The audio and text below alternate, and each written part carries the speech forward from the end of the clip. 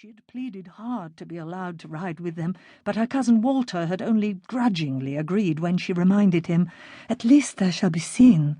You are supposed, you know, to be finding me a husband." It was not easy for a young woman in her position.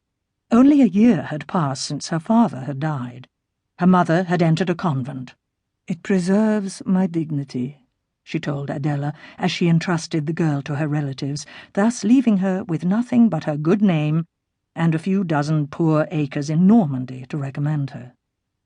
The relations had done their best for her, though, and it had not been long before their thoughts had turned to the kingdom of England, where, since the Norman Duke William had conquered it, many sons of Norman families had found estates, sons who might be glad of a well-born wife from their native land. "Of all your kinsmen," she was told, "your cousin Walter Tyrrell is the best placed to help you. He made a brilliant marriage himself." Walter had married into the mighty family of Clare. Their estates in England were huge. The yard where Adela waited was typical of the Saxon manors in the region. Large timber, barn-like buildings with thatched roofs surrounded it on 3 sides. In the centre, the great hall was marked by an elaborately carved doorway and an outside staircase to reach the upper floor.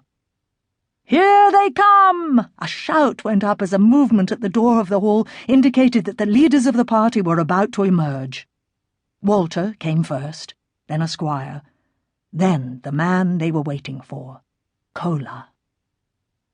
Cola the huntsman, lord of the manor, master of the forest. He was silver-haired now, his long, drooping moustache grey, but he was still a splendid figure.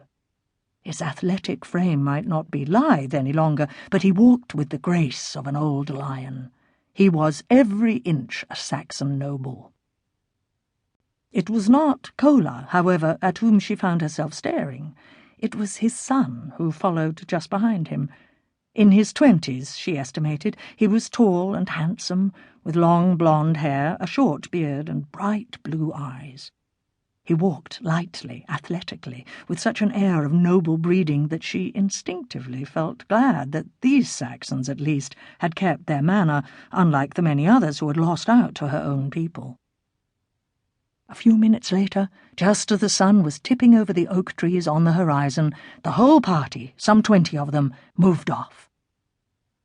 Their destination lay just over the eastern ridge of the Avon Valley, and part of the reason why she had begged to go that day was the chance to explore this wild region about which she had often heard. For this was King William the Conqueror's New Forest. Forest. A Norman term. It did not mean woodland, although huge woods lay within its borders, but rather an area set apart for the king's hunting. And since the Norman Conqueror had only recently taken the region for his own, the place was called New Forest.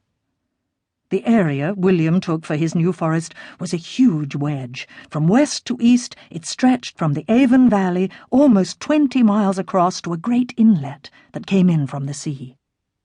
From north to south, it descended gently for over 20 miles in a series of gravelly shelves, from the chalk ridges east of the castle of Sarum all the way down to a tract of wild marshland on the coast of the English Channel.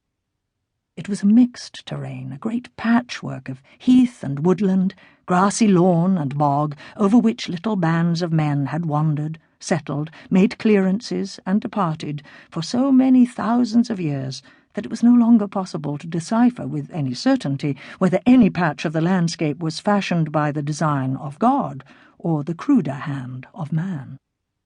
Most of the land was peaty and acidic, and therefore poor, but here and there were tracts of richer soil which could be cultivated. The greatest oak woods lay in the southern basin, often on boggy ground, and had probably not been disturbed for over 5,000 years. The presence of the sea was felt in the salty scent that carried over the land on warm southeasterly breezes. But the sea itself was nearly always hidden until one came out of the oak woods onto the coastal marshes. One visible sign there was, however, for opposite the eastern part of the forest's shore, and divided from it by a 3-mile channel known as the Solent Water, rose the friendly hump